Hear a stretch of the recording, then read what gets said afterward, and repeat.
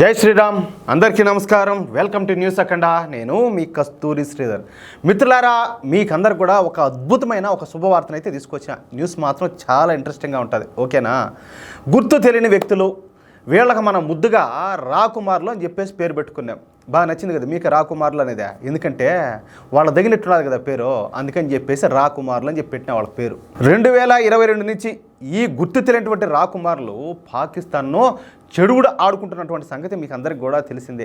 పాకిస్తాన్లో ఉంటూ భారత్కు వ్యతిరేకంగా పనిచేస్తున్నటువంటి తీవ్రవాద నాయకులను, అదేవిధంగా తీవ్రవాద కమాండర్లను, మత ప్రచారకులను, అదేవిధంగా పాకిస్తాన్ ఆర్మీ అధికారులను, అదేవిధంగా పాకిస్తాన్ గూఢాచార సంస్థ ISI ఏజెంట్లను టార్గెట్ చేసి మరి ఒక్కొక్కరిని ఏమే ఈ గుర్తు తెలియని రాకుమారులు లేపేస్తున్న సంగతి మీకు అందరికి కూడా తెలిసిందే. అసలు విచిత్రం ఏంటంటే, ఈ గుర్తు తెలియనటువంటి రాకుమారులు 2022 నుంచి మొన్నటి వరకు దాదాపుగా 35 మంది పాకిస్తానీ జిహాదీలను కాల్చి చంపేశారు. ఈ హత్యలన్నీ కూడా ఒకే ఫార్ములాలో జరిగినాయి. సడన్గా బైక్ మీద ఇద్దరు వస్తారు, టార్గెట్ను పెట్టను కాల్చేసి ఇంకా ఆ తర్వాత టక్కమని చెప్పేసి ఆడించి మాయమైపోతారు. ఈ విధంగా ఇప్పటి వరకు 35 మంది పాకిస్తానీ జిహాదీలను అంతమొందించినప్పటికీ ఇప్పటి వరకు ఈ పాకిస్తాను ఏ ఒక్క రాకుమారిని కూడా పట్టుకోలేకపోయింది. అది వాళ్ళ సత్తా, అది వాళ్ళ దమ్ము. అర్థమవుతుందా? మామూలు విషయం కాదు. పాకిస్తాన్ అంటే అట్టుంటుంది. కనీసం మన రాకుమారులను వాళ్ళు గుర్తించలేకపోయినారు. సరే, ఇప్పుడు కొత్త ప్యాకేజ్ ఒకటి సిద్ధంగా ఉన్నది. ఆ ప్యాకేజ్ ఏందో మీకు చెప్తా అర్థమయ్యేట్టుగా. ఓకేనా? అంటే నెక్స్ట్ టార్గెట్ సిద్ధంగా ఉన్నది. ఆ కొత్త టార్గెటే జాకీర్ నాయక్. తెలుసు కదా ఈ జాకీర్ నాయక్ అంటే ఎవరో మీకు? మలేషియాలో ఉంటూ దొంగ బతుకుతున్నటువంటి ఈ జాకీర్ నాయక్ ఒక ఇస్లామిక్ మత బోధకుడు. నిజానికి వీడు పుట్టింది వచ్చేసి మన దౌర్భాగ్యం కొద్దీ మన భారతదేశంలోనే, అది కూడా ముంబైలోనే బాంద్రాలో వీడు పుట్టాడు. ఎప్పుడు కూడా ఈ వివాదాస్పద వ్యాఖ్యలు వివాదాస్పద ప్రసంగాలు చేస్తూ ఉంటాడు. కాంగ్రెస్ ప్రభుత్వ హయాంలో వీడికైతే తిరుగు లేకుండా పోయింది. అప్పట్లోనే కాంగ్రెస్ ప్రభుత్వానికి అదేవిధంగా ఈ జాకీర్ నాయక్ నేరుగా సంబంధాలు ఉంటున్నాయి.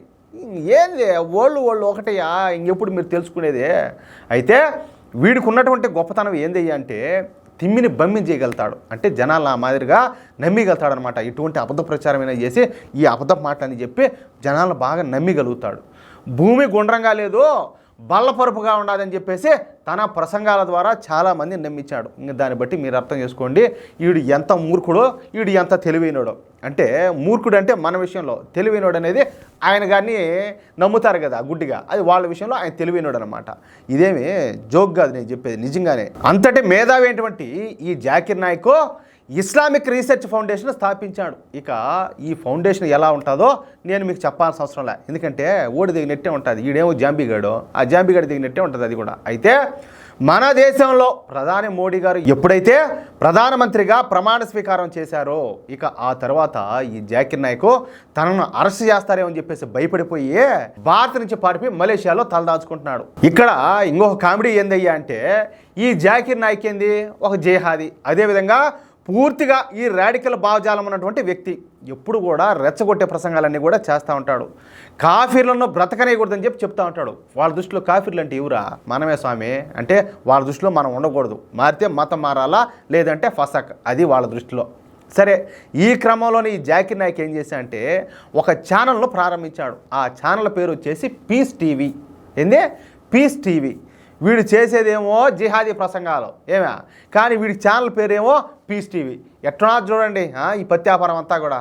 సరే, ఇక మళ్ళా విషయానికి వస్తే ఈ జాకీర్ నాయక్ ప్రస్తుతం పాకిస్తాన్ పర్యటనలో ఉన్నాడు. ఈ జాకీర్ నాయక్ పాకిస్తాన్లో పర్యటించడం ఇది రెండోసారి. అయితే గుర్తు తెలియనటువంటి రాకుమారుల దెబ్బకు భయపడిపోతున్నటువంటి పాకిస్తాను ఈసారి ఈ జాకీర్ నాయక్ పర్యటనలో అనేక జాగ్రత్తలు కూడా తీసుకునింది. ఈ జాకీర్ నాయక్ విశ్రాంతి తీసుకునేటటువంటి ఈ అతిథి గృహాన్ని రహస్యంగా ఉంచారు. అంటే ఆయన గారు ఎక్కడ స్టే చేస్తారు, అకామిడేషన్ ఎక్కడని చెప్పి ఇది ఆడ కూడా బయటికి రానిలా. అంతేకాకుండా జాకీర్ నాయక్ ISI ఏజెంట్ల రక్షణ కల్పించారన్నమాట.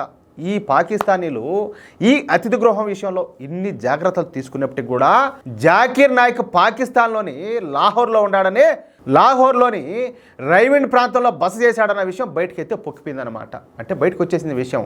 అంతే, ఇక జాకీర్ నాయక్ గుండె ఆగిపోయినంత పని ఏందంట. ఇక పాకిస్తాన్ ఆర్మీ అయితే ఉన్న ఫలంగా ఒక బెటాలియన్నే ఈ సైనికులందరినీ కూడా జాకిర్ నాయక్ నివాసం ఉంటున్నటువంటి ఆ రహస్య ప్రదేశానికి పంపించారు. ఎందుకు? ఆయన గారికి సెక్యూరిటీ ఇచ్చేదానికి. వాళ్ళు వచ్చి ఎక్కడ లేపు దొబ్బుతారని చెప్పేసి భయం కదా. ఇక ఈ టెన్షన్ అంతా కూడా భరించినటువంటి ఈ జాకిర్ నాయక్ వెంటనే ఇదంతా ఈ లంగోటాయి ఒకటి వేసుకొని తొడుక్కొని మళ్ళీ పైనుంచి కింద దిగేసుకొని మళ్ళీ మలేషియాకి అయితే పారిపోయినాడంట. అంటే తన పాకిస్తాన్ పర్యటనను సగంలోనే ఆపేసి మలేషియాకి అయితే పారిపోయినాడు. ఎవరి దెబ్బకు? ఈ గుర్తు తెలియనటువంటి రాకుమార్ దెబ్బకు. యాడేసేచ్చారా స్వామి, నాకు ఎందుకు వచ్చింది తెప్పలా, నేను వెళ్ళిపోతానని చెప్పేసి. ఇక్కడ మీకు ఒక విషయం చెప్పాలా, ఎంతైనా కానీ ఇతను పుట్టింది భారతదేశంలోనే కదా. మన భారతదేశానికి పాకిస్తాన్ ఎంత ద్రోహం చేసిందో మనకందరికి కూడా తెలుసు. ఎన్నోసార్లు ఈ బాంబు దాడులు, ఈ ఉగ్రవాద దాడులు ఇవన్నీ కూడా జరిగినాయి. ఈ దాడుల్లో హిందువులనే కాదు అన్ని మతాల వాళ్ళు కూడా చనిపోయినారు, అందరూ కూడా ఇబ్బంది పడినారు. మరి పాకిస్తాన్ మన దేశానికి అంత ద్రోహం చేస్తూ ఉంటే, వీడు నిజంగా అన్నమే తినుంటే, అశుద్ధం కాకుండా అన్నమే తినుంటే వీడు ఎట్టా పాకిస్తాన్కి పోతాడా? ఇంక వీడు దేశద్రోహి కదా. అసలు వీడికి ఈ దేశంలో అడుగుపెట్టేదానికి అసలు అవకాశం, అర్హత అనేది ఉండదా? ఓడికి సంబంధించిన ఆస్తులు ఎన్నైతే భారతదేశంలో ఉన్నాయో అన్నీ కూడా భారత ప్రభుత్వం అయితే స్వాధీనం చేసుకోవాలి. అది వాడికి సంబంధించినటువంటిది అంతా కూడా మిగలకూడదు. అదేవిధంగా వీడిని ఎవరైతే సపోర్ట్ చేస్తున్నారో వాడి సపోర్టర్స్ మీద కూడా ఖచ్చితంగా గురి పెట్టాల్సిందే, దాంట్లో అయితే డౌటే లే. ఎందుకంటే తీవ్రవాదులు ఆ స్వామి వాళ్ళు ఇంక వాళ్ళని ఏం చేయాలి ఇంకా, అది విషయం. అయితే మిత్రులారా, ఈ న్యూస్ కనుక మీకు నచ్చినట్లయితే ఖచ్చితంగా ఈ న్యూస్ నలుగురికి షేర్ చేయండి.